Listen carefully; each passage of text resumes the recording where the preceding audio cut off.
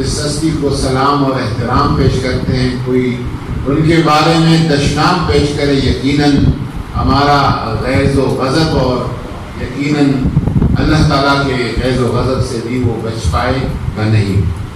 لیکن اس کے نتیجے میں ہمیں اپنے صفوں میں ایک افتراق اور انتشار کو ختم کرنا ہے، اور اتفاق اور اتحاد جو ہے اس کی فضا کو قائم اور دائم رکھنا ہے۔